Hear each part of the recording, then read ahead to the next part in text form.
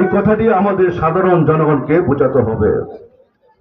আরেকটি কথা, নির্বাচনটি কিন্তু খুব সাধারণ মনে করেন না ভাই, নানান ষড়যন্ত্র হচ্ছে। নির্বাচন দিতেছে না, ডেট দিতেছে না, এটা তো আপনারা সবাই দেখতেছেন নাকি? আমরা চাই তো ফেব্রুয়ারিতে যে ডেট দিয়েছেন সেটা যেন কোনো ব্যত্যয় না ঘটে। পরবর্তীতে দেশে যে সংস্কার হবে, নির্বাচিত সরকার সেটা সংস্কার করবে।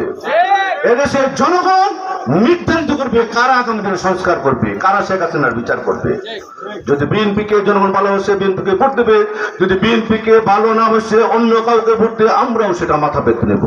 কিন্তু নির্বাচন দেন, আজকে সারা বাংলাদেশের যে আইন শৃঙ্খলা পরিস্থিতি অবনতি হয়েছে, সেজন্য একটি নির্বাচিত সরকার প্রয়োজন। পাশাপাশি সকল প্রশাসনের কর্মকর্তা দেবতা অনুরোধ করবো, নিরপেক্ষতা বজায় রেখে আপনাদের দায়িত্ব পালন করুন। কাউকে ছোট বাবার, কাউকে বড় বাবার কোনো দায়িত্ব আপনাদের কাউকে দেওয়া হয় নাই। কেউ ইতিহাসে বড় নেতা হয়ে গেছে না।